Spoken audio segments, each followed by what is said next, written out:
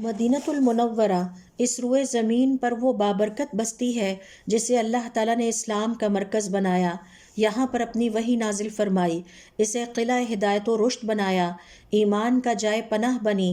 مدینۃ المنورہ کو اللہ رب العزت نے آپ صلی اللہ علیہ وآلہ وسلم کا حرم قرار دیا۔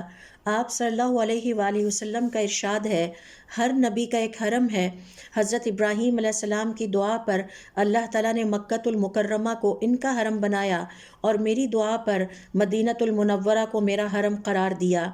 آپ صلی اللہ علیہ وآلہ وسلم فرماتے ہیں، اہل مدینہ کے بارے میں اگر کوئی شخص برا ارادہ رکھے گا تو وہ ایسے ہی اللہ تعالیٰ کے عذاب میں پگھل جائے گا جیسے نمک پانی میں گھل جاتا ہے۔